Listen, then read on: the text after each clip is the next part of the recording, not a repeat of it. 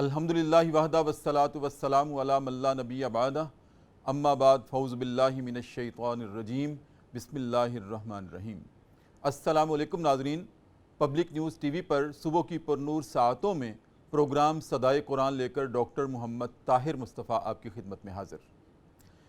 ناظرین کرام، جیسے کہ آپ جانتے ہیں کہ پروگرام صدائے قرآن ہم نے بالکل ابتدائے قرآن سے شروع کیا تھا اور سبکن ترتیب اور تسلسل کے ساتھ الحمدللہ رب العالمین آج ہمارا سبق پہنچا ہے سورہ بقرہ کی آیت نمبر 90 اور 91 تک، جس میں ارشاد باری تعالیٰ ہے بسم اللہ الرحمن الرحیم۔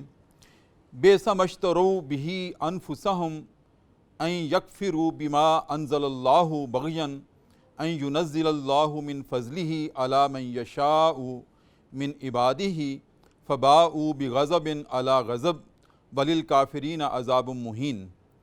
کیا ہی برا کیا انہوں نے کہ محض ضد میں آ کر اپنے آپ کو اس بات کے بدلے بیچ ڈالا کہ اللہ اپنے بندوں میں سے جس پر چاہتا ہے وہی نازل کر دیتا ہے، پس انہوں نے غضب پر غضب کمایا اور ایسے کافرین کے لیے دردناک عذاب ہے۔ آگے ارشاد ہے، جب ان سے کہا جاتا ہے کہ ایمان لاؤ اس کتاب پر جو نازل کی اللہ رب العزت نے، تو کہتے ہیں ہم تو بس ایمان رکھتے ہیں جو کچھ نازل کیا گیا ہم پر، اور نہیں ایمان لاتے جو کچھ اس کے علاوہ نازل کیا گیا ہے، یعنی قرآن کریم۔ حالانکہ وہ تو سچی کتاب ہے اور وہ اس کی بھی تصدیق کرتی ہے جو کچھ ان کے پاس ہے۔ اے ہمارے حبیب، آپ ان سے فرما دیں، ان سے پوچھیں کیوں قتل کرتے رہے ہو انبیاء کو اس سے پہلے اگر تم سچے ہو۔ ناظرین کرام، یہ آج پروگرام صدائے قرآن کا مقدمہ ہے۔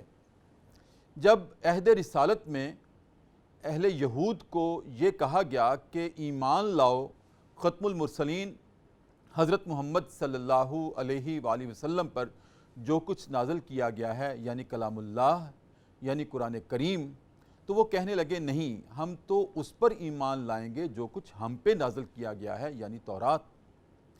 ناظرین کرام، یہ ان کا قرآن کو ماننے سے انکار کرنا یا قرآن پر ایمان لانے سے انکار کرنا دراصل ان کی اپنی کتاب پر ایمان لانے کے انکار کے مترادف تھا، لیکن وہ اس کو سمجھتے نہیں تھے۔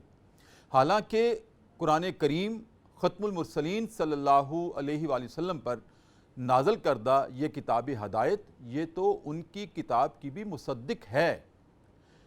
اس لیے اگر اس کا انکار کر دیا تو انہوں نے اپنی کتاب کا انکار کر دیا، اور پھر جو اس میں وعدے لیے گئے تھے کہ تم کسی کو قتل نہیں کرو گے، تو وہ تو انبیاء کو قتل کرتے رہے۔ تو اللہ رب العزت نے ان کو اس بات پہ جھنجھوڑا ہے کہ کس بات کے زوم میں تم قرآن کریم کا انکار کرتے ہو، اور تم نے جو وعدے کیے تھے ان سے بھی روگردانی تم کرتے ہو، اس کے مرتکب ہوتے ہو۔ ناظرین کرام، اس سارے منظرنامے میں، اس سارے فینومینا میں ہمارے لیے صدائے قرآن کیا ہے، یہ آج ہم تلاش کریں گے اپنے پروگرام صدائے قرآن میں۔ ناظرین کرام، آج ہمارے فکر و عمل کی تطہیر کے لیے جو مہمان شخصیت پروگرام میں تشریف لائی ہیں، میں ان کے بارے میں کیا عرض کروں۔ وہ ضیاء قرآن ہیں، وہ ضیاء دین ہیں، اور ماشاءاللہ حافظ القرآن ہیں، قاری القرآن ہیں۔ ناظرین کرام، وہ ممبر ہیں اسلامی نظریاتی کونسل کے، علم کا پہاڑ ہیں۔ ماشاءاللہ میں ان کی گفتگو جب سنتا ہوں تو ایسے لگتا ہے جیسے الفاظ ان کے سامنے ہاتھ جوڑ کر کھڑے ہیں کہ ہمارا انتخاب کیا جائے۔ ماشاءاللہ اتنی روانی ہے، اتنی جولانی ہے ان کی گفتگو میں کہ وہ ہمارے فکر و عمل کے زاویوں کو متعین کرتی ہیں۔ میری مراد ہے جناب علامہ ضیاء اللہ شاہ بخاری۔ السلام علیکم ورحمۃ اللہ۔ وعلیکم السلام ورحمۃ اللہ وبرکاتہ۔ ڈاکٹر صاحب خوش آمدید، اہلاً و سہلاً و مرحبا کہ آپ پروگرام صدائے قرآن میں آج تشریف لائے۔ جزاکم اللہ خیرا۔ ناظرین کرام، میری بائیں جانب پروگرام صدائے قرآن میں بحضور سرور کائنات صلی اللہ علیہ وآلہ وسلم کلام کا نذرانہ پیش کرنے کے لیے تشریف لائی ہیں سیدہ عتیقہ اشرف۔ ماشاءاللہ گداز والی آواز ہے، سوز والی آواز ہے، اور پروگرام کے آخر میں ہم ان سے کلام سنیں گے۔ السلام علیکم ورحمۃ اللہ۔ وعلیکم السلام ورحمۃ اللہ وبرکاتہ۔ کیسی ہیں آپ؟ ٹھیک ہیں؟ شکر اللہ کا۔ شاہ صاحب، بہت ہی آج ہمارے لیے سکینت اور راحت ہے کہ آپ تشریف لائے۔ آپ کی طبیعت ناساز رہی اور میں آپ سے درخواست کرتا رہا، شکر الحمدللہ کروڑوں مرتبہ اللہ کا شکر ہے کہ اس نے آپ کو عافیت نصیب کی، شفا نصیب کی۔ آپ ہمارے ملک کا سرمایہ ہیں، وطن عزیز کا سرمایہ ہیں، بلکہ اس پوری دنیا کا سرمایہ ہیں کہ آپ کا وجود ہمارے لیے خیر و برکت کا باعث ہے۔ اللہ آپ کو ہمیشہ سلامت رکھے، ہر لمحہ آپ کے تعاقب میں ہماری دعائیں ہیں۔ جزاکم اللہ خیر، بے شک۔ مقدمہ میں نے آپ کے سامنے رکھا پروگرام کا، اور شاہ صاحب یہ الحمدللہ سبکن جس آیت پہ آج پروگرام ختم ہوگا، کل کو اس سے اگلی آیت پہ شروع ہوگا، ماشاءاللہ، ترتیب سے یہ چل رہا ہے۔ اور میں سمجھتا ہوں کہ وطن عزیز میں بلکہ میڈیا کی دنیا میں اس طرح ترتیب اور تسلسل کے ساتھ اور کوئی پروگرام نہیں ہے جو قرآن کی صدا کو لے کر چلا ہے اور صدا دے رہا ہے اور ہمیں لبیک کہنے کے لیے ایک دعوت دے رہا ہے قرآن کے فکر پر۔ آپ سے رہنمائی لینے کے لیے میری جرت نہیں ہے کہ آپ سے سوال کا لفظ بولوں۔ ہمارے ناظرین ماشاءاللہ کاغذ قلم لے کے بیٹھے ہیں آپ کی گفتگو کو سننے کے لیے اور اس کو لکھنے کے لیے۔ یہاں جو آج ارشاد ہے سبق میں سورہ بقرہ کی آیت نمبر 90 اور 91 میں کہ کیا ہی برا کیا انہوں نے محض اس بنیاد پر کہ اللہ جس پر چاہتا ہے وہی نازل کر دیتا ہے۔ آپ ارشاد فرمائیے کہ اللہ کا وحی نازل کرنے کا معیار کیا ہے؟ یہ ضد، یہ ہٹ دھرمی جو اہل یہود کی تھی، یہ عبث تھی کہ جس پر اللہ چاہتا ہے اس پر وحی نازل کر دیتا ہے۔ آپ آج عہد حاضر میں ہمارے ناظرین کو بتائیے کہ اول سے لے کر آخر تک اللہ کا معیار کیا رہا ہے کہ اس پر وحی نازل کی۔ الحمدللہ رب العالمین والصلاة والسلام علی سید المرسلین وعلی آلہ وصحبہ اجمعین۔ سبحانک لا علم لنا الا ما علمتنا انک انت العلیم الحکیم۔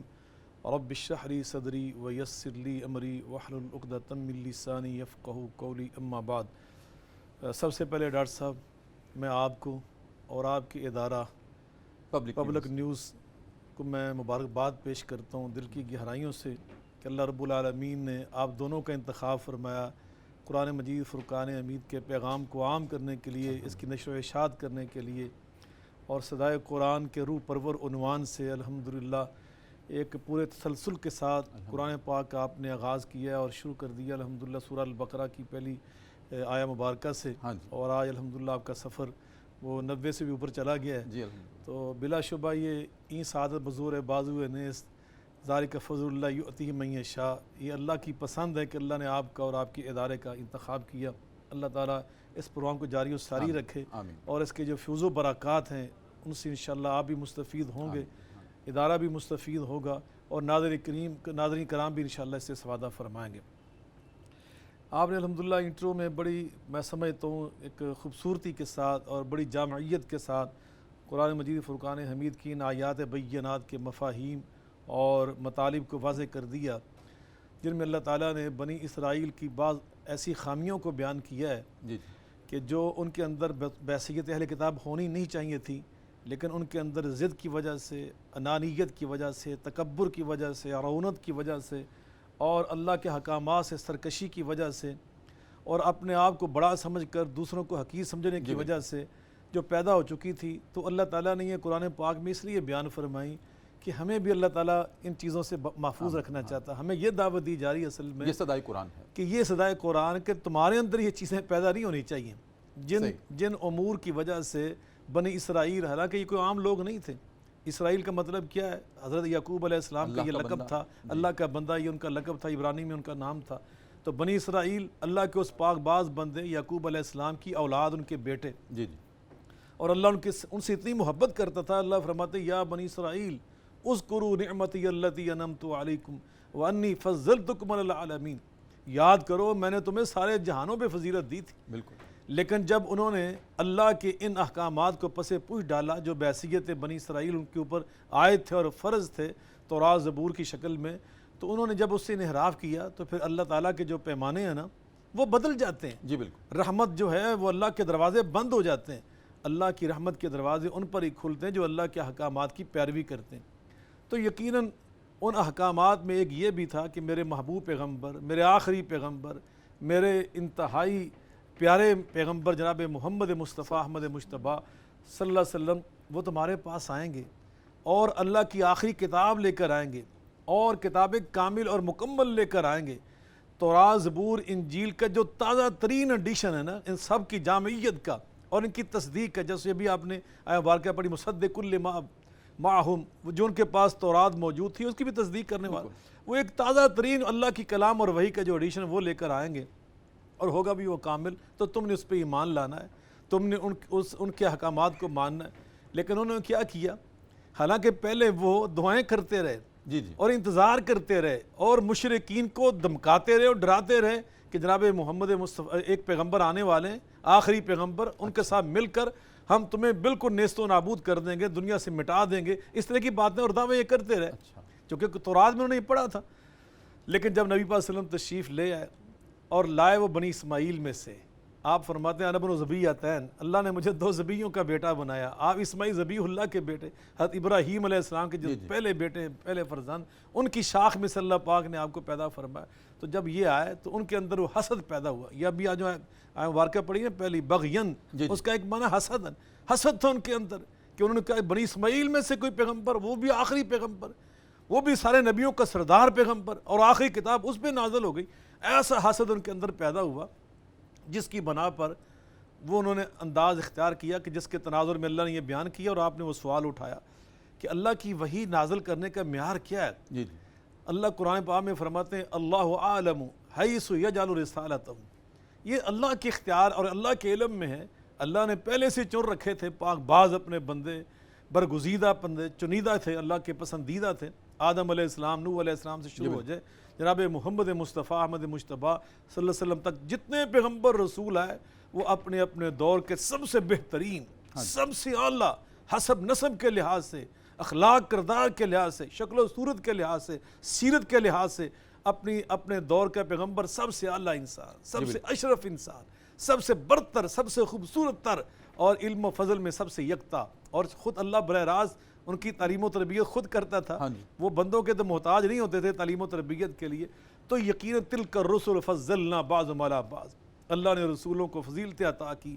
کائنات میں سب سے برگزیدہ ہستیاں جو ہیں اللہ کے نبی اور نبیوں میں رسول، اور رسولوں میں 5 اولو العزم رسل، اور ان میں سب سے اعلیٰ، سب سے عرفہ جناب محمد مصطفیٰ احمد مجتبیٰ صلی اللہ علیہ وسلم۔ اور ان کے بارے میں صورتحال یہ ہے کہ آپ نے خود بیان فرمایا، آقا علیہ الصلوۃ والسلام فرماتے ہیں کہ اللہ پاک نے 2 حصے بنائے اپنی مخلوق کے، ان میں جو سب سے اعلیٰ تھا مجھے اس میں سے پیدا فرمایا۔ پھر اللہ نے قبائل بنائے، جو ان میں سب سے اعلیٰ قبیلہ تھا، اللہ نے مجھے اس قبیلے کے اندر پیدا فرمایا۔ اس قبیلے کے اندر پھر کئی شاخیں تھیں، جو اس میں سب سے اعلیٰ شاخ تھی، اللہ نے مجھے وہاں سے منتخب کیا۔ اس شاخ کے اندر کئی گھر تھے، جو سب سے اعلیٰ گھر تھا ڈاکٹر صاحب، آپ نے وہ نبی پاک صلی اللہ علیہ وسلم کے اسماء گرامی پہ الحمدللہ ایک اعلیٰ ترین کتاب لکھی، ذرا ان ناموں پہ ذرا غور کیجیے کہ آقا فرماتے ہیں اللہ نے مجھے سب سے اعلیٰ ترین گھر میں پیدا فرمایا، اور آقا فرماتے ہیں اس گھر کے اندر جو سب سے اعلیٰ ذات والا تھا نا، وہ اللہ نے مجھے بنا کر بھیجا۔ انا خیرکم، یہ الجامع الصغیر کی صحیح حدیث سے فرماتے ہیں انا خیرکم بیتن و خیرکم نفسن، گھر کے لحاظ سے میں تم سب سے اعلیٰ، یہ صحابہ سے فرمایا جا رہا ہے، جو پاک باز ترین ہستیاں اہل بیت اطہار سے فرمایا جا رہا ہے، میں تم میں سب سے گھر کے لحاظ سے سب سے اعلیٰ گھر والا، اور اپنی ذات کے لحاظ سے سب سے اعلیٰ ذات والا۔ النبی اولیٰ بالمؤمنین من انفسہم، اللہ اکبر۔ تو نبی کریم علیہ الصلوۃ والسلام پہ جو وحی اللہ نے نازل کی، 1,24,000، ہر نبی ہر رسول، صحیفے نازل کیے تو تب بھی، تورات نازل کی تو تب بھی، زبور نازل کی تب بھی، انجیل نازل کی، وہ سب اپنی کائنات میں اپنے ادوار کے سب سے اعلیٰ، تاریخ انسانیت کے سب سے اعلیٰ۔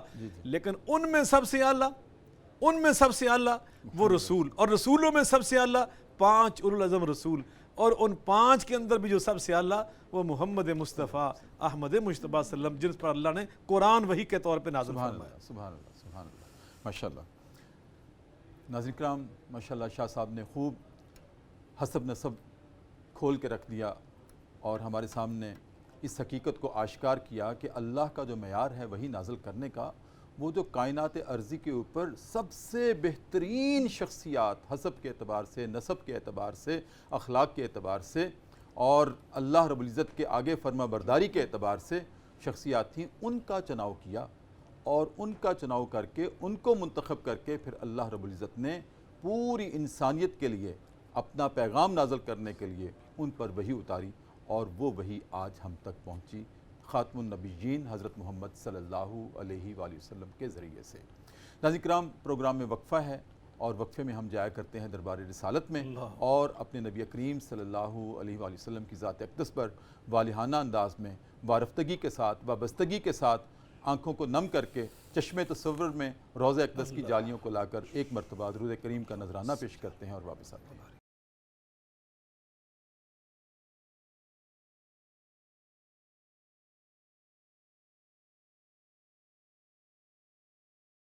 وقفے کے بعد ناظرین کرام دوبارہ آپ کی خدمت میں حاضر۔ پروگرام صدائے قرآن ہے، public news T V channel ہے، صبح کی پرنور ساعتیں ہیں اور پوری ترتیب اور تسلسل کے ساتھ آج ہمارا سبق ہے سورہ بقرہ کی آیت نمبر 90 اور 91 پر۔ شاہ صاحب ماشاءاللہ جس انداز سے آپ نے آغاز کیا ہے اس گفتگو کا، آگے سبق میں یہ ہے فَبَاءُوا بِغَضَبٍ عَلَى غَضَب، انہوں نے غضب کے اوپر غضب کمایا۔ اللہ، ہمارے عام ناظرین اس سے کیا پیغام لیں؟ یہ ان کی بدقسمتی دیکھیے ذرا ڈاکٹر صاحب، کہاں اللہ فرمائے نور علی نور، جی نور کے اوپر نور، اور یہاں ان کی بدبختی کا عالم دیکھیے کہ اللہ فرمائے فَبَاءُوا بِغَضَبٍ عَلَى غَضَبٍ، ایک اللہ کا غضب پہلے ہی انہوں نے حاصل کیا ہوا ہے، اب دوسرا غضب بھی۔ پہلا غضب کیا تھا؟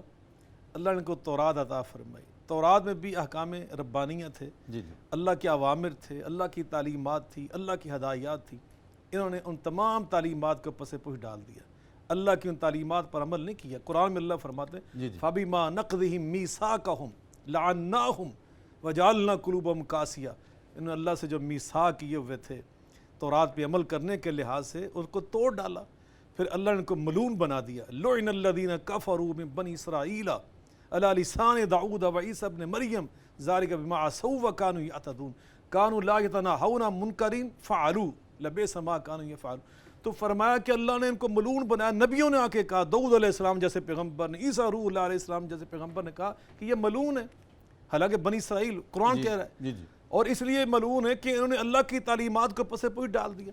تو یہ تھا پہلا غضب کہ انہوں نے اللہ کی جو تورات تھی نا اس کے احکامات کو بھی نہیں مانا۔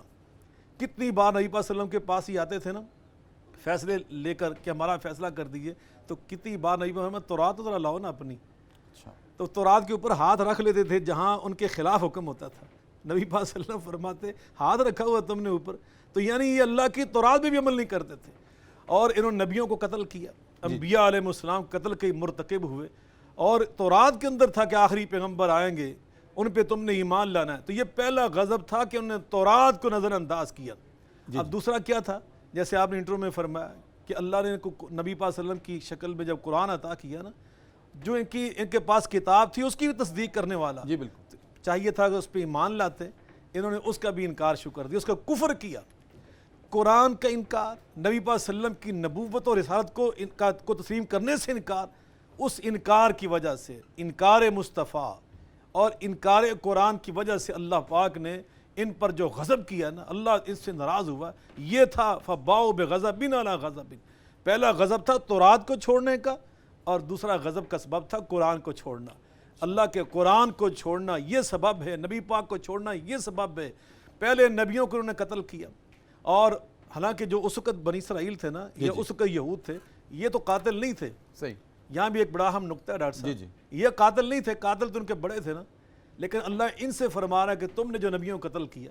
تو اس میں پتہ نقطہ کیا ہے کہ یہ ان کے جو ارتکاب قتل تھا نا، جو ان کے جرائم تھے قتل کے، یہ ان پہ راضی ہوتے تھے، یہ ان پر خوش ہوتے تھے، یہ ان پر پریشان اور نادم نہیں ہوتے تھے کہ انہوں نے برا کیا، نبیوں کو قتل کیا، اللہ والوں کو قتل کیا، اس پہ نادم نہیں تھے، اس پہ خوش ہوتے تھے، مطمئن تھے کہ انہوں نے ٹھیک کیا۔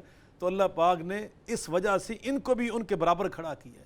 یہ ہمارے لیے ایک بہت بڑا سبق ہے کہ اگر کسی سے غلطی ہوئی ہے کسی اہل اللہ کے ساتھ، اور ہم آج نعوذ باللہ یہاں صدیوں بعد بیٹھ کے یا سال بعد بیٹھ کر اپنے دل میں اطمینان محسوس کریں، تو ہم بھی اس مجرم کے برابر کھڑے ہو جائیں گے۔ تو یہ اللہ نے ہمیں سبق دیا ہے۔ تو حالانکہ وہ بنی اسرائیل جو نبی پاک کے دور میں تھے، یہ نبیوں قاتل نہیں تھے، لیکن وہ سابقہ جو لوگ تھے ان کے ساتھ یہ راضی تھے، ان کے افعال پر، ان کے اعمال شرعیہ کے اوپر۔ تو یقیناً یہ تھا فَبَاءُوا بِغَضَبٍ عَلَى غَضَبٍ، پہلے تورات کو چھوڑنے کی وجہ سے یہ اللہ کی ناراضگی کا سبب بنے، اور اب قرآن پاک کو چھوڑنے کی وجہ سے یہ اللہ کے غضب کے مستحق بنے۔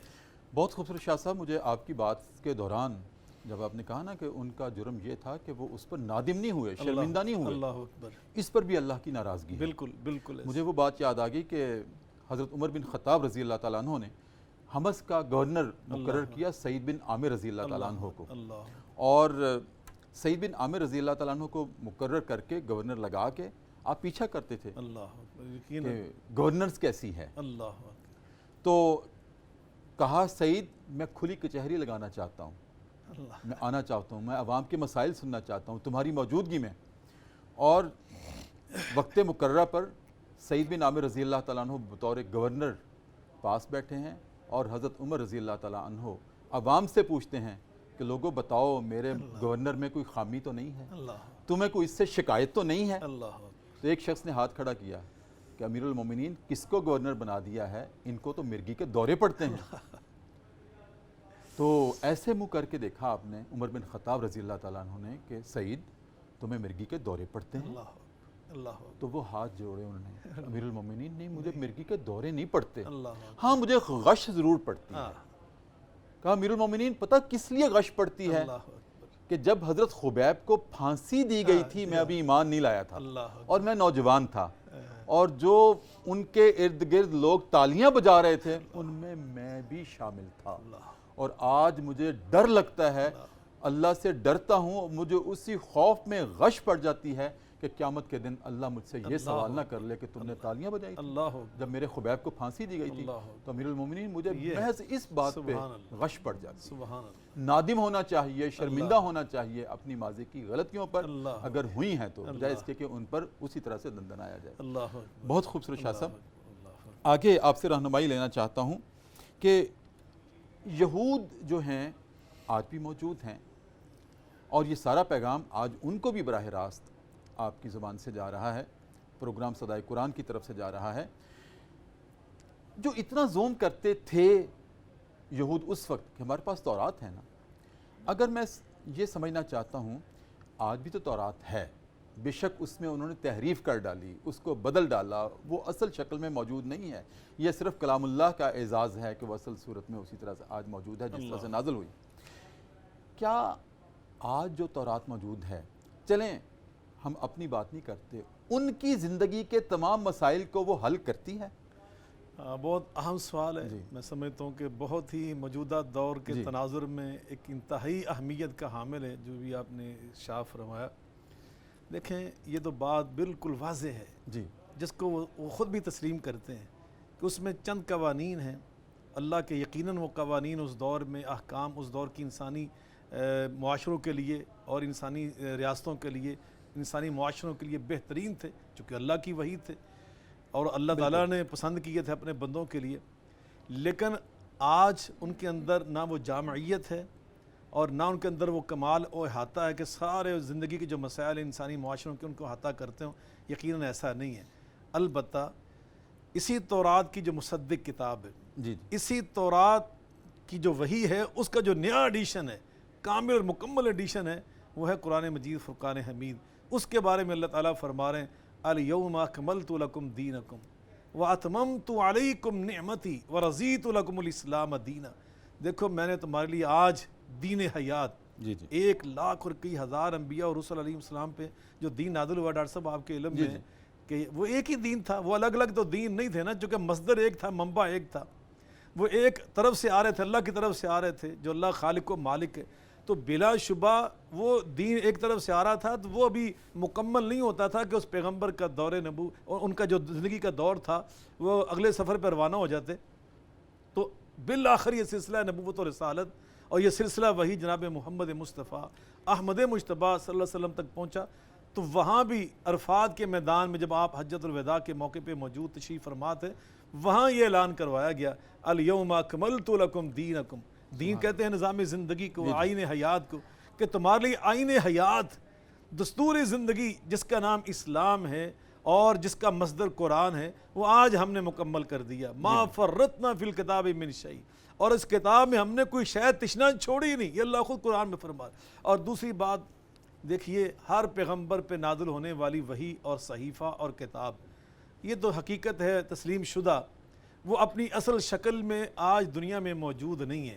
بہت ساری چیزیں صدیاں پہلے نبی پاک کے دور میں قرآن کہہ رہا ہے یحرفون الکلم عن مواضعہ، وہ اپنے ہاتھوں سے لکھ کے کہتے تھے یہ اللہ کی طرف سے، تو اس دور میں یہ نشاندہی کر دی گئی، تو آج تو اور ادوار آگے گزر گئے، لیکن یہ واحد کتاب دنیا میں ایسی ہے جو کامل اور مکمل بھی ہے اور ساتھ محفوظ بھی ہے۔ انا نحن نزلنا الذکر وانا لہ لحافظون۔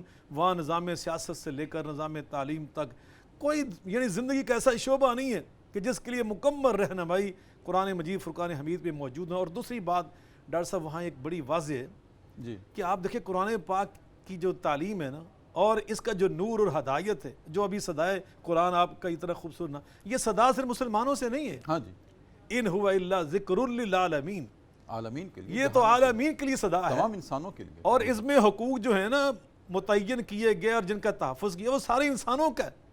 حتیٰ کہ یہود کے بارے میں ہمیں یہ پیغام نہیں دیا گیا کہ لا اکراہ فی الدین، ان سے زبردستی نہیں تم نے کرنی، اگر تمہاری ریاست میں تھوڑے سے یہودی یا کرسچن آ کے آباد ہو جائیں تو تم دھونس دھاندلی کرو کہ نہیں ہمارا کلمہ پڑھو، ایسا نہیں ہے۔ حتیٰ کہ ہمیں یہاں تک تعلیم دی گئی اگر ان کی کسی خاتون سے تم شادی اور نکاح کر لو تو بحیثیت خامد بھی اپنی بیوی کو تم لا اکراہ فی الدین مجبور نہیں کر سکتے، نہ تم جبر نہیں کر سکتے کہ کلمہ پڑھو اسلام کا، حتیٰ کہ وہ تمہاری اولاد کی ماں بن جائے اور وہ اہل کتاب رہے تو اس کا حق ہے، حتیٰ کہ تمہارے پوتوں کی دادی بن جائے، تمہارے نواسوں کی نانی بن جائے، وہ اس کا حق ہے وہ اپنے مذہب پہ قائم رہے۔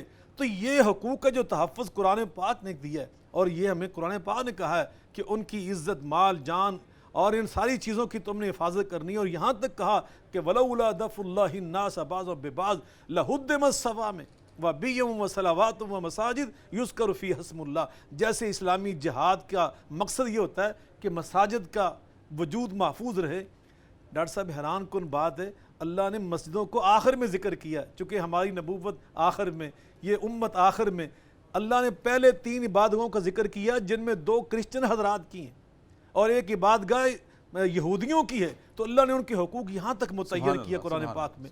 تو اس لیے قرآن پاک کی طرف ہمیں لوٹنا چاہیے، اور یہ ہماری جیسے آپ نے فرمایا کہ ان تک ہی ہماری آواز ہے، ہمیں ہماری صدا ان تک ہے کہ آؤ یہ قرآن تو تمہارے حقوق کی حفاظت کر رہا ہے، تمہاری عبادتوں کی حفاظت کر رہا ہے، تمہاری جانوں تمہاری عزتوں کی حفاظت کر رہا ہے۔ میں عرض کروں کہ وقفے کا وقت ہے، لیکن جیسے انہوں نے قرآن کو نقصان پہنچا کر آج غیروں نے قرآن کو جلا کر ہمارے دلوں کو جلایا ہے، میں تو یہ کہوں گا کہ آج اگر جس وقت جس لمحے اگر قرآن کی تاج پوشی کی جائے گی، ہم سابقہ آسمانی کتابوں کی بھی تاج پوشی کریں گے، بہت خوبصورت، ان کو بھی ہم پھولوں سے ڈھانپ دیں گے، بہت ان پر بھی پھولوں کی بارش کریں گے۔ میں یہاں ایک آپ کی اجازت جملہ کہنا ہے، بہت خوبصورت آپ نے یہ پیغام دیا، انتہائی خوبصورت، اور میں اس موقع پر دیکھیں ہم صلیب کو بحیثیت مسلمان تسلیم نہیں کرتے، مگر یاد رکھیے صلیب ہمارے یہاں جو ہم وطن لوگ ہیں کرسچن، یہ ان کی ایک دینی علامت ہے، ان کا ایک دینی شعار، مذہبی ان کا، تو اس لیے ہمیں اس کی بے حرمتی نہیں کرنی چاہیے ضد میں آ کر۔ قرآن میں اللہ فرماتے ہیں وَلَا يَجْرِمَنَّكُمْ شَنَآنُ قَوْمٍ عَلَىٰ أَلَّا تَعْدِلُوا اعْدِلُوا هُوَ أَقْرَبُ لِلتَّقْوَىٰ۔ آپ سویڈن کی مخالفت کرتے کرتے کہیں ایسا انداز اختیار نہ کریں کہ جو آج دنیا کا جو امن ہے اس کے دشمن یہ چاہتے ہیں کہ کرسچن حضرات اور مسلمان آپس میں ایک دوسرے کے ساتھ اس طرح برسرے پیکار ہو جائیں، یہ اس سے ہم نے بچنا ہے، اور یہ اسلام کی تعلیم کے خلاف ہوگا۔ اگر آپ نے انجیل مقدس کی بے حرمتی کی، مسیح علیہ السلام کی شان میں گستاخانہ جملہ کہا، یا تم نے کرسچن حضرات کے جو چرچ ہیں ان کو نقصان پہنچایا، یا ان کی جو مذہبی علامتیں ہیں ان کو آپ نے اس طرح نشانہ بنایا، تو یہ اسلام کی تعلیم کے بالکل خلاف ہوگا۔ جی بالکل، میں نے عرض کیا کہ ہم تو کلام اللہ کے ساتھ ان کتابوں کی بھی تاج پوشی کریں گے۔ یہ اچھا پیغام، بہت خوبصورت پیغام۔ ناظرین کرام، بہت خوبصورت گفتگو ہے شاہ صاحب کی آمد پر، اور میں نے عرض کیا تھا کہ شاہ صاحب خود ماشاءاللہ نام ضیاء اللہ ہے اور ضیاء قرآن ہے، ضیاء دین ہے، ضیاء اسلام ہے۔ وقفہ ہے پروگرام صدائے قرآن میں، اور چلتے ہیں ایک مرتبہ پھر دربار رسالت میں، اور اپنے نبی کریم صلی اللہ علیہ وآلہ وسلم کی ذات اقدس پر پھر درود کریم کا نذرانہ پیش کر کے واپس آتے ہیں۔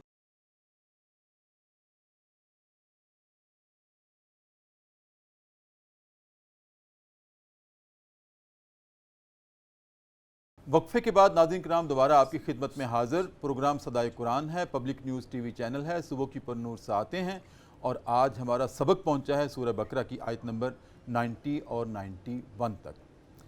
شاہ صاحب ایک اور خوبصورت آپ کی ماشاءاللہ الفاظ سے ہم رہنمائی لینا چاہتے ہیں تاریخ گواہی دیتی ہے کہ بعض اوقات ایسا ہوا کہ جو امتیں، جو گروہ، جو طبقات، جو لوگ نبی کے سامنے برسر پیکار ہوئے، نبی سے مقابلہ کیا، اللہ نے اپنے نبی کو بچا لیا. جیسے حضرت ابراہیم کی مثال، حضرت یونس کی مثال، اللہ. حضرت موسیٰ کی مثال. انبیاء کی حفاظت کی، امتوں کو برباد کر دیا، نوح کی مثال. لیکن بعض اوقات تاریخ نے پلٹا بھی کھایا ہے کہ انبیاء قتل کر دیے گئے، شہید کر دیے گئے اور امتیں زندہ رہیں. اس کی کیا وجہ ہے؟ دیکھیں، جو پہلی بات آپ نے ارشاد فرمائی نا کہ جب اللہ کا عذاب آتا ہے نا تو انبیاء اور انبیاء علیہم السلام کے ساتھ جو ان کے مخلص رفقا ہوتے تھے نا وہ سب محفوظ رہتے تھے. وَنَجَّيْنَا الَّذِينَ آمَنُوا وَالَّذِينَ وَكَانُوا يَتَّقُونَ. جی جی اللہ فرماتے ہیں ایمان والے اور تقوی والے ہم ان کو ہمیشہ نجات دیتے ہیں. جب اللہ کا عذاب آتا نا فرمایا اغرقنا، جب ہم غرق کرتے ہیں، عذبنا جب ہم عذاب دیتے ہیں، لعننا جب ہم اللہ نے بھیجتے ہیں، اس وقت نبیوں کو کچھ نہیں ہوتا. اللہ ان کو محفوظ رکھتا ہے چونکہ یہ اللہ کے عذاب کا معاملہ ہے. عذاب کے مستحق جو ہوتے ہیں نا وہ اللہ کے نافرمان، سرکش وہ ہوتے ہیں. جب عذاب آئے قوموں پر تو جب نبیوں اللہ کو کا محفوظ رکھا. جب اللہ کا عذاب جی آتا جی ہے. جی جی. اور جب آتی ہے بات نبیوں کی اور اللہ والوں کی آزمائش کی اور ان کی امتحان اور ابتلا کی، تو وہاں اللہ پاک نے دو چیزیں بیان کی ہیں. ایک ہے رسولوں کی جماعت. رسولوں کو کوئی بندہ قتل نہیں کر سکتا. لَأَغْلِبَنَّ أَنَا وَرُسُلِي. اللہ فرماتے ہیں میں اور میرے رسول ہمیشہ غالب رہتے ہیں. کبھی تاریخ انسانی میں ڈاکٹر صاحب کوئی رسول، سبحان اللہ. چونکہ ہر نبی جو ہوتا ہے نا وہ رسول نہیں ہوتا، لیکن ہر رسول نبی بھی ہوتا ہے. جی جی. تو جو رسول تھے نا اللہ نے ان کو کبھی قتل نہیں ہونے دیا. اللہ نے خود ان کی حفاظت فرمائی. البتہ انبیاء علیہ السلام، ان میں کچھ انبیاء کو اللہ پاک نے رتبہ شہادت پر فائز ہونے کا شرف عطا فرمایا. اور وہ بھی انبیاء خود خواہش بھی کیا کرتے تھے، دعائیں مانگتے تھے. ویسے تو رسولوں نے دعائیں مانگی، خود نبی پاس سے دعائیں مانگتے رہے، لیکن چونکہ اللہ کا یہ اصول اور قانون تھا کہ لَأَغْلِبَنَّ أَنَا وَرُسُلِي، تو اس لیے جب اللہ کی طرف سے بندوں کے ہاتھوں سے، سرکشوں کے ہاتھوں سے، مشرکوں کے ہاتھوں سے، کافروں کے ہاتھوں سے اہل اللہ اور انبیاء علیہ السلام شہید ہونے تھے تو وہاں معاملہ کچھ اور تھا. تو وہ آپ کے جو سوال ہے. بہت شکریہ شاہ صاحب، آپ کی آمد کا بہت شکریہ صدائے قرآن میں. اور میں آن ایئر وعدہ لینا چاہ رہا ہوں کہ کل بھی آپ نے آنا. انشاءاللہ. ناظرین کرام، کتنی خوبصورت گفتگو تھی علامہ سید ضیاء اللہ شاہ بخاری کی، اور کتنی خوبصورت ہماری رہنمائی تھی. جو ہماری الجھنیں تھیں ان کو شاہ صاحب نے سلجھن میں تبدیل کیا ہے. ناظرین کرام، اب وقت ہوا ہے ذکر صاحب قرآن کا. حضرت خزیمہ بن ثابت رضی اللہ تعالیٰ عنہ نے، ناظرین کرام صحابی رسول ہیں، ایک مرتبہ نبی کریم صلی اللہ علیہ وآلہ وسلم کے سامنے حاضر ہو کے کہا کہ یا رسول اللہ، میں نے خواب میں دیکھا ہے کہ آپ کے ماتھے مبارک کو، آپ کی جبین کو میں بوسہ دے رہا ہوں. اللہ. تو نبی کریم مسکرائے، خوش ہوئے، اور اشارہ یہ تھا کہ آپ کیا چاہتے ہو؟ اللہ. کہ یا رسول اللہ بس میں نے خواب بیان کیا ہے. کہ اچھا، میں سمجھ رہا ہوں تم نے خواب کیوں بیان کیا ہے. اب تم جاگتی آنکھوں میں اپنا خواب پورا کرنا چاہتے ہو تو اپنا جبین، اپنا ماتھا آگے کر دیا کہ لو چوم لو. سبحان اللہ. ناظرین کرام، کتنی محبت تھی صحابہ کو آپ کے ساتھ، اور لوٹ کر نبی کریم کی محبت صحابہ کے لیے. اسی کے ساتھ ناظرین کرام آج کا ہم پروگرام ختم کرتے ہیں. اپنے میزبان ڈاکٹر محمد طاہر مصطفیٰ کو اجازت دیجیے، اور آخر میں کلام سنیں گے سیدہ عتیقہ اشرف سے.